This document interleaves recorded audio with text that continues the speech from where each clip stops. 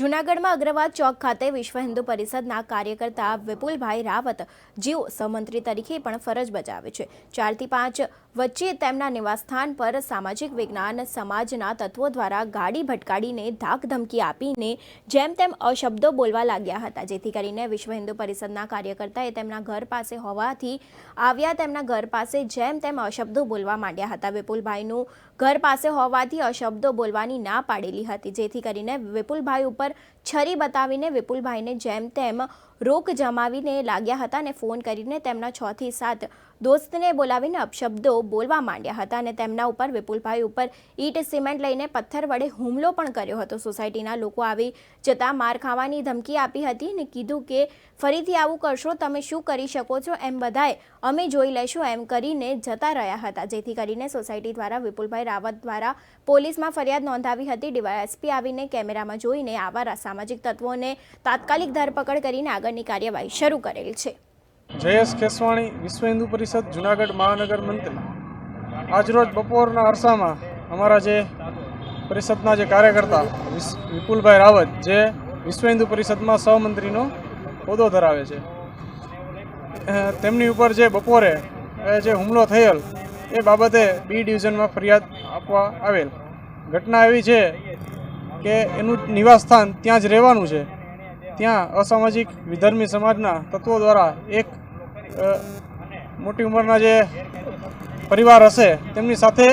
ગાડી ભટકાવા મુદ્દે માથાકૂટ થઈ રહી હતી અને અપશબ્દોનો ઉચ્ચાર કરી રહી હતી, ત્યારે વિપુલભાઈનું નિવાસસ્થાન પણ એ જ જગ્યાએ હોય એટલે એમણે જાણ કરેલ કે ભાઈ અમે અહીંયા રહીએ છીએ, એવા કોઈ અપશબ્દોનો તમે ઉચ્ચાર ન કરો। એવામાં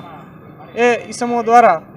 એ 2 લોકો દ્વારા તાત્કાલિક ધોરણે બીજા લોકોને ભેગા કરી અને એની ઉપર હુમલો કરેલ અને સિમેન્ટનો જે બ્લોક છે એ લઈને મારવાનો પ્રયાસ કરે। તો સદનસીબે કે જે સોસાયટીના લોકો ભેગા થઈ ગયેલ હોય તો મોટી ઘટના બનતી રહી ગયેલ, ત્યારે આવા અસામાજિક જે લુખા તત્વો છે જે બેફામ જે આવું હલાવે છે, કાયદેસર રીતે જે મંડળીઓ રચીને આવું જે તોડ કરવાનું જે કરતા હોય, તો એ બાબતે આજે બી ડિવિઝન પોલીસ સ્ટેશને ફરિયાદ કરેલ છે અને ડીવાયએસપી ધાંધલિયા સાહેબ દ્વારા પણ એવી ખાતરી આપવામાં આવેલ છે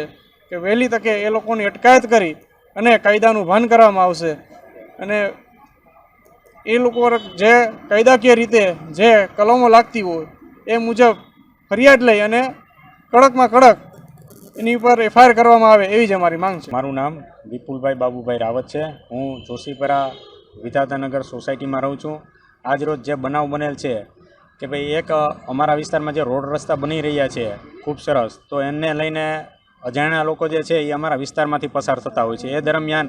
એક કપલ જે હતું બ્લેક કલરની કાર લઈને પસાર થયું હતું, તો એની સાથે કોઈ પણ એક વિધર્મી યુવકે ગાડી ભટકાડી અને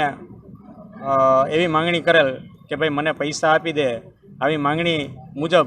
તે ગાળાગાળી પણ કરવા લાગેલ। તેમજ એ કપલને જે બહેન હતા એમને પણ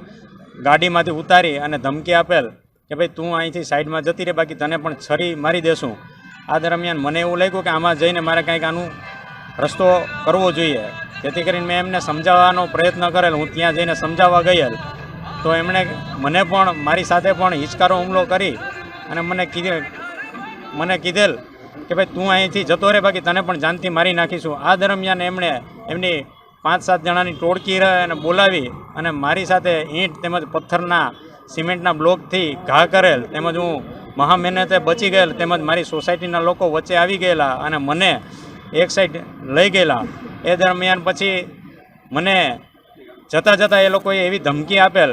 કે ભાઈ તને અમે જોઈ લીધેલો છે, હવે તું આ વિસ્તારમાં નીકળી જો, તને પતાવી ન નાખીએ તો અમારું નામ પણ નહીં, આવી રીતના ધમકીઓ આપેલ। તેમજ આવા બનાવો છાસવારે અમારા વિસ્તારમાં જોશીપરા વિસ્તાર, અગ્રવાલ ચોક, હર્ષદનગર, ખામધોર રોડ, આરટીઓ તરફ આવા બનાવો અવારનવાર બની રહ્યા છે। લોકો બીકના માર્યા કોઈ બહાર નથી આવી રહ્યા। તો મારી તમામ લોકોને પણ અપીલ છે કે આવા અસામાજિક તત્વો